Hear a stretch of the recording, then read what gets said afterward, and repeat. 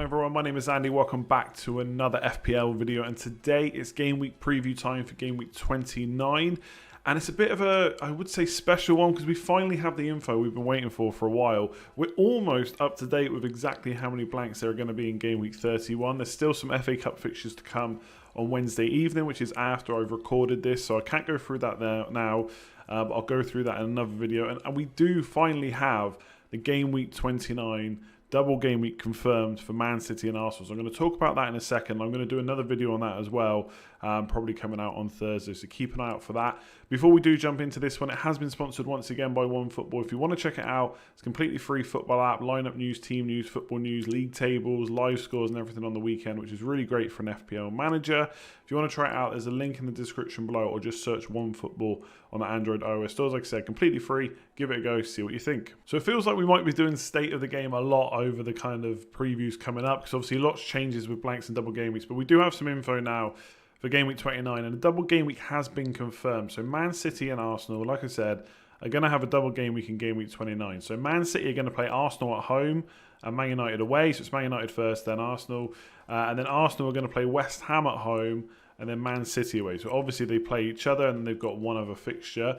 And because of the FA Cup results kind of over the last couple of days, we know that some fixtures are 100% now confirmed as a blank for game week 31. So these fixtures will not go ahead. Southampton versus Arsenal, Chelsea versus Man City, Newcastle versus Villa, and Man United versus Sheffield United. So if you've got any players from those fixtures or those teams, they will not play in game week 31. The handy thing is, Liverpool lost to Chelsea last night, so their fixture is on. Virtually everybody in FPL world has 3 Liverpool players, so you've already kind of got a head start in game week 31. So Liverpool versus Palace is on, Wolves versus Bournemouth, which we already knew, and Burnley versus Watford. There will be a definite another fixture to be confirmed, because I think Spurs are playing Norwich, so whoever wins that game will blank, and whoever loses it will have a fixture in game week 31. But we're just waiting for Wednesday night to confirm that. The match on Thursday for Man United doesn't matter at this point, because they were playing Sheffield United anyway, and Sheffield United are through. So even if Man United go out, they still won't play in game week 31. So that's a lot to take in, I know. I'm only going to go into kind of brief detail about this and this video, like I said. In terms of exact players we should be picking and stuff like that, I'll do that in another video. But just as a quick thought, like main targets, I think, from Arsenal, and I'm not sure quite yet how many hits I'm willing to take to kind of get these players in, because none of them are going to play in game week 31. So you get them for the double this week, game week 30, which both Man City and Arsenal got good fixtures. I think Arsenal are playing Brighton away, Man City's Burnley at home, so pretty decent fixtures. But then they both blank as well. And do you want to hold them long term? And the assets, the players from these teams are quite expensive as well. So a lot of people will have De Bruyne already. Aubameyang's a great option because he's going to start every game on penalties and just basically very consistent this season. Saka could be a good enabler in midfield. Tierney and Kolasinac look still to be injured, so Saka will play left back. And although it's annoying to have a midfielder kind of listed in FPL as a midfielder and playing left back, he has been quite creative and got quite a few attacking returns from that position. So I wouldn't be too worried about that. And obviously you've got Pepe as well, but he's over 9 million. So again, maybe it's hard to fit in if you've got Bruno Fernandes, Salah, Mane, maybe even both, whoever it might be. And from City, I'm only really looking at De Bruyne right now. Again, I'll go into more detail on this probably tomorrow. I don't know if I trust the defenders, and also they're like 5.7 million-ish for someone like Walker. And obviously with Laporte out, it makes them less defensively sound, as we've seen earlier in the season as well. Aguero and Jesus, which one of those two will start both games? They've got Champions League coming up against Real Madrid. Not quite yet, and it won't be over the kind of double, but there's that to take into account longer term as well. So could we see one start for Aguero, one for Jesus? It's just a lot of, not knowing. That then probably also has to take into account a lot of hits that would have to be used. So right now I'm kind of looking myself at Aubameyang and De Bruyne, seeing if I can get those two in, and probably leaving it at that. But in terms of double game, we'll talk about it more tomorrow, but that is kind of the state of the game as it stands right now.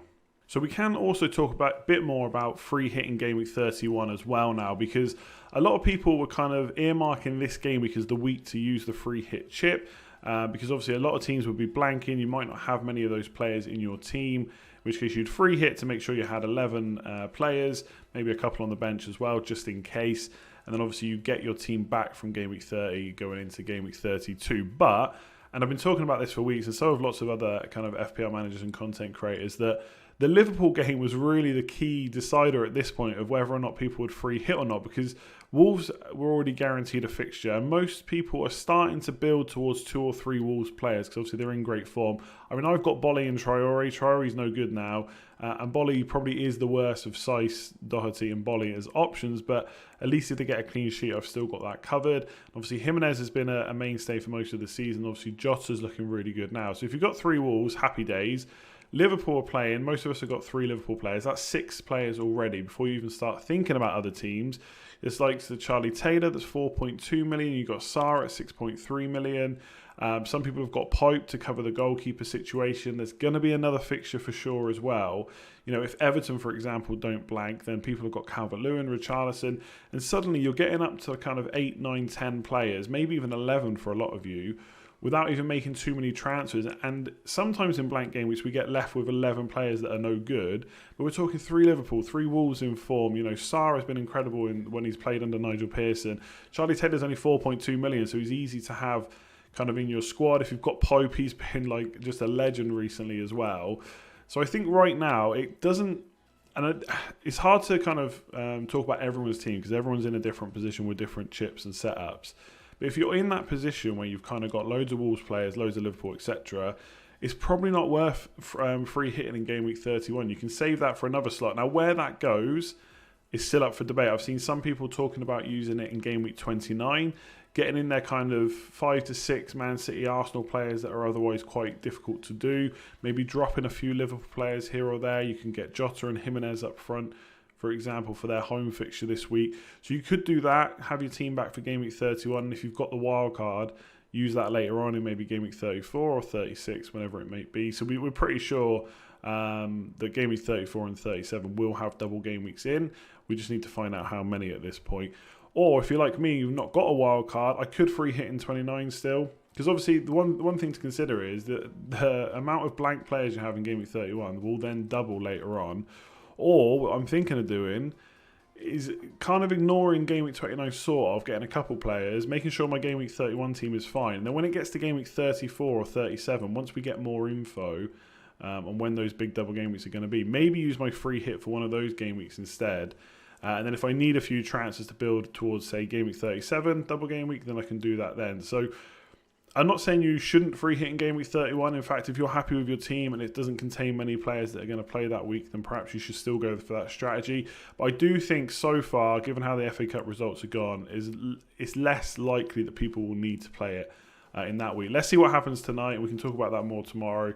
But free hit in game week 31 probably looks a little bit less appealing as it once did. Now we kind of go into more of the questions and topics that you kind of asked me on Twitter and YouTube. So Jota and Jimenez double up, you know, is it worth it or should we just go for one? Which one should we go for, etc. So obviously they're both looking very good at the moment. I checked the last 4 matches. Jimenez 2 goals, but obviously he's been consistent for the whole season. And Jota 3 goals, 2 assists. It is worth saying there is a 1.7 million price difference, at least at the time of recording this. So Jota is 6.3 million and Jimenez is 8 million. Obviously, if they're both going to be in really good form for the rest of the season, it is maybe quite hard to spend that extra 1.7 on Jimenez. I would say with Jota, obviously we saw him do this last season, suddenly came into a bit of form, maybe a bit of a streaky player. And obviously I know Jimenez looks quite expensive now in comparison, but he's been consistent for most of the season. So I personally wouldn't necessarily be looking at dropping him. I've said it before, if there's a transfer you really want to do and Jimenez to Jota lets you do that, then maybe that's a good decision. But Jimenez, no matter what the formation is good, he's always going to play. Penalties on and off with Neves, I think it is as well. So I wouldn't necessarily be looking at dropping him. I'd actually prefer a double up than to go for Jota instead. I think a lot of the time people don't like seeing a double up in the forward line. It's really weird to say, but, and I've said this on stream, if I had Traore when he was playing or when he was guaranteed starter and Jimenez, no one kind of bats an eyelid. But when you see Jimenez and Jota up front, then suddenly people kind of question it a bit more. But I just wouldn't worry about that. He's 6.3 million, taking up a slot where, you know, he's scoring plenty of points in good form and with good fixtures as well. So we should say it's Brighton at home, West Ham away, Bournemouth at home. Obviously, game week 31 fixture, very good there. And Villa away. So I definitely think the double up's good. We saw this a few years ago actually with Suarez and Sturridge both listed as forwards. It was a great double up. Not saying Jimenez and Jota will get quite as many points. They do look decent. And obviously with Ings, you know, we're going to talk about Ings in a minute. We're out of form a little bit. You know, Calvert-Lewin, do people want to go to him with the fixtures? I think getting Jota in and doubling up looks great, and it's something that I kind of want to do. But game week 29 is kind of, you know, it's got in the way a little bit. We're worried about the double game week. Looking at the stats, very similar. So big chances over the last 4. Jota 5, Jimenez 4. Shots in the box, Jimenez 13, Jota 11, so slightly behind. Expected goal involvement is basically the same. Jota 2.78, Jimenez 2.67. So in terms of their goal involvement, they're very much similar. So I think with looking at game week 31 and the fixtures they got before that, I definitely want to triple up on Wolves. I think the ideal right now is Jimenez, Jota, Doherty. If you can afford that or get to it easily. If I had to pick one, I probably still would side with Jimenez unless I was really strapped with cash, just because I kind of know he's consistent. But the good thing about Jota is he's cheaper and he's a massive differential versus Jimenez. Even though his ownership's going to go up this week, and it will probably continue, obviously, as long as the points come in. Jimenez is so highly owned already. Jota is definitely the differential of the two. So I personally like the double up. If I was going for one, I'd probably still side for Jimenez. But if you want a nice differential for a cheaper price, Jota has to be the one. I just think triple Wolves looks great right now. So a few more things here. Should we take Danny Ings out? So it's been hugely frustrating. I've owned him myself for a long time now. And the last few weeks have been annoying. Obviously, he missed the last game through injury, which we didn't find out about until after the deadline, which, to be honest, just made it more annoying because I'm sure some people would have taken him out had they known that. And only 1 goal in the last 6, which is just not good enough, to be honest, for any striker. And obviously, Danny Ings has gone up quite a bit in price, and some people only got him recently, which has probably made them even more frustrated, to be honest. For me, though, I think if you weren't thinking about getting rid of him last week, I don't think too much has changed. Obviously, Calvert-Lewin's in great form, Jota's in great form, but it's not like he played that game and blanked again. He just missed out or missed out a majority of the minutes because he had a bit of an injury, which he should be back from this week. And obviously, Newcastle at home is a good fixture, so I personally would want to keep him this week. Looking at the stats, 7 shots inside the box in the last 4. He's not massively high, but he's only played 269 minutes as well. And I think we know there's goals in there for Danny Ings on his day. And I think Southampton is still looking quite good. And Newcastle at home, like I said, is a good fixture. So I wouldn't necessarily begrudge anyone, you know, if they were using their money to do Ings to Aubameyang or to get Jota in or something like that. I don't think I would necessarily say that's an awful transfer. But I'm personally not looking at taking him out unless I absolutely need to this week. I just think Newcastle at home's good. And after that, maybe we could look to potentially get rid of him. And then selling Jamie Vardy, or what to do with Jamie Vardy. So lots of transfers out this week. I covered this on Fantasy Football Scout in the transfer trends video. So again, lots of frustration. Obviously, he missed the last game week as well through an injury, which we did know about. So if you bought him in, that's a bit unlucky. But we did find out just before the deadline. But the fixtures are pretty good for them. So Villa at home is really good. Watford away is debatable. You know, they just conceded 3 goals to Man United, but then absolutely smashed Liverpool. And obviously Sarr's back, so although defensively he doesn't help, he does provide an attacking outlet. And obviously while one side's attacking, they don't need to be defending. So I think that's maybe a tough fixture, that Watford away. Brighton at home, Everton away, and Palace at home. So the fixtures aren't amazing, but the Villa at home fixture is very good. So right now, I don't think we've seen enough from Leicester recently, or to be honest, in 2020, to necessarily think about buying their players. I wouldn't be bringing in Vardy or Barnes or Perez this week. But if you already own them, which I do, I have Harvey Barnes, I wouldn't necessarily be looking to take them out. I think Villa is just that good a fixture. Norwich away, yes, was tough. They didn't have Ndidi, they didn't have Vardy. And probably at home, Norwich defensively are better than what Villa would be away, or even at home, to be honest. But they do give up a lot of chances, Aston Villa. So this is a fixture I'd probably want Vardy in if he's going to play. The problem is he's not available for the FA Cup, and Brendan Rodgers said he should be available for the weekend. Whether or not we'll get more news in the press conference, we'll have to wait and see, so keep an eye out for that. Obviously, if he gets ruled out, then it's a definite sell for me. He's going to miss the best fixture of the next 4. There's double game weeks to be worried about. There's Jota, Calvert-Lewin doing the business for a much cheaper price. I'd probably look at getting rid. But if he's going to play this week, I'd want to keep him. Obviously, if it comes to double game week plans, like maybe a swap to Aubameyang, that's a little bit different. But it would depend how many points hits it's going to take to do that. So ideally, the FA Cup fixture, we'll see Ndidi get some more minutes and basically be back to being able to play week in, week out. I do think they've missed them, and if that happens, then Jamie Vardy looks like a good keep for me this week. And then let's talk about Sarr. Is he essential? So obviously done incredibly well from game week 16 to 23. So that's just before he got injured, and when so that's from when Nigel Pearson took over to when he got injured in game week 23. Only Salah from midfielders had more shots in the box. So his quality is there even before the smashing of Liverpool 3-0. And obviously he's had quite a few attacking returns under Pearson already. I wouldn't even call this a knee-jerk. Obviously when you see a player do that well against such a good side, it's a bit of a knee-jerk. But we've seen his quality already before he got injured. And I think more people would already be kind of owning him if that injury hadn't happened. I think there was a bit of a wait to see when he came back. Was talk of him coming back for Man United game. Obviously he only played 21 minutes, but that was a nice kind of intro, getting back up to fitness to be able to play. And obviously now we've seen 90 minutes or near enough 90 minutes against Liverpool. Is a pretty good time to bring him in, I would say. Fixtures are quite good. I wouldn't say they're amazing, but they're not awful either. So Palace away, Leicester at home, Burnley away and Southampton at home. Obviously has that game week 31 fixture as well. Very cheap price. Stats are really good. Watford have got something to fight for as well. And I think it's tough maybe to put a number on kind of how much that really means. But they're not going to go into the game with kind of complacency, you would hope. And obviously with so much to play for, okay fixtures, a great price, a game week 31 fixture. I don't think there's much to dislike here. So if you want to bring him in, absolutely you should go for it. Okay, let's quickly talk about captaincy. And for anyone that has watched these videos or my videos or streams for a while, you know where I'm going with this. It's got to be a double game week captaincy, surely.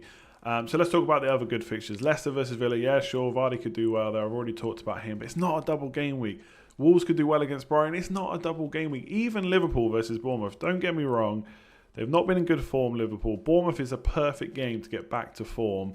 That could be a great fixture for a double-figure haul for Mane, Salah, maybe even Firmino, maybe Trent, but it is not a double game week. I think when double game weeks come around, I really struggle to kind of plug captaincy for another team or player. I do think Liverpool versus Bournemouth gets pretty close. The only thing I would say is make sure you try and wait with most of your decisions until close to the deadline, because the early kickoff on Saturday is Liverpool versus Bournemouth. We will almost certainly get some early team news that will be shared around the community kind of on Fantasy Football Scout or Twitter, wherever it may be. So keep an eye on for that, because if you're going for Mane, for example, he played in the FA Cup game. Perhaps he gets a rest. I don't know for sure, but it's potentially going to happen. Obviously, the likes of Trent, Salah and Firmino all didn't start, so you'd expect them to start the game against Bournemouth, so you should be good there.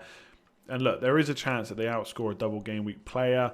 But I just don't see where the fun is in that. So I like Liverpool captains for sure, but I will be going for a double game week captain. I really think there's only two options. Aubameyang for Arsenal, he's pretty much nailed for 90 minutes, or kind of 80 to 90 minutes in both games. So West Ham at home is a pretty good game, although I do think they've looked a bit better recently, so that could be a tough one for Arsenal. But Aubameyang is so consistent.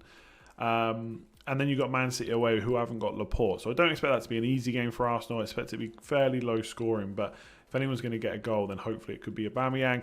I think Pepe, if you wanted a massive punt, could be an option in the double. But Aubameyang's the one for me. And of course, for Man City, it's got to be De Bruyne. Look, I think I've tweeted about Man City double game week already this week, or since last night. And people are still trying to second guess who Pep is going to play in both games. We just don't know. No one knows. But De Bruyne is basically the one that very rarely gets rested in the league. And I don't think he played much in the FA Cup either. So he looks to be the one for me. Obviously, he's already the highest scoring midfielder in the game. I don't even need to sit here and tell you how good he is. And there's potential that he's got penalties. And I know that's not necessarily a deciding factor for a lot of people. But I've said it before. Sometimes having penalties gives you a very easy way to rack up a good score without really doing much. And obviously we don't know if he's definitely got them because Aguero wasn't on the pitch when he took them. But given all the misses that have happened and how coolly and kind of calmly he took that penalty, I don't see why they would change that. But we just don't know. So for me, it's got to be De Bruyne or Aubameyang this week. I think if you want to take a punt against a double game week player or you don't have them, then obviously Liverpool players versus Bournemouth look quite good. But obviously they've not been in great form. So you just never know what's going to happen there. Maybe Bournemouth will have a bit of fight against them. But to be honest, I see Liverpool getting back on form this one. So it'll be De Bruyne or Aubameyang. I'll be honest, I'm siding with Aubameyang. Interestingly, one of the reasons for that is because I assume that De Bruyne would be quite heavily captained, like the most heavily captained this week, which could still happen. But looking on Twitter and stuff, there's a lot of people looking at Arsenal. Now, that's obviously a small sample size. But it'd be interesting to see what happens. But yeah, it's got to be De Bruyne or Aubameyang for me. Take your pick. Do you go for the guy that's the highest scoring player in the game, or the one that's guaranteed to pretty much guaranteed to play both games? Let me know in the comments below. So that is it for this video. Hopefully you enjoyed it. I know a lot of people are going to say you've not talked about the double game week enough. Which players should I buy? What strategy should I do with free hit and stuff? But I will try and make another video tomorrow. I kind of want to do it about the double game week and the blank game weeks together, which we will know all the blanks after tonight, after Wednesday. So I'll try and do it on Thursday or Friday and get that video out. So apologies, I haven't talked about it hugely in this one. But to be honest, even for the double game week right now, I really don't think there's a huge amount of options. And I've kind of mentioned them all. Aubameyang, Saka, maybe Pepe, De Bruyne. You know, Aguero or Jesus are going to play both games. But, you know, you try and tell me which of those it's going to be. My thoughts would probably be Aguero, but you just don't know, do you? So we'll have to wait and see on that. If you enjoyed the video, make sure to give it a like, subscribe if you're new around here, hit that notification bell so you know when all the other videos are going live, and leave me any comments below if you've got any different thoughts to what I've said, any questions or anything like that. And check out OneFootball if you haven't already, completely free, link in the description below, or just search OneFootball on the Android iOS stores. Until next time, I will catch you soon. Cheers all.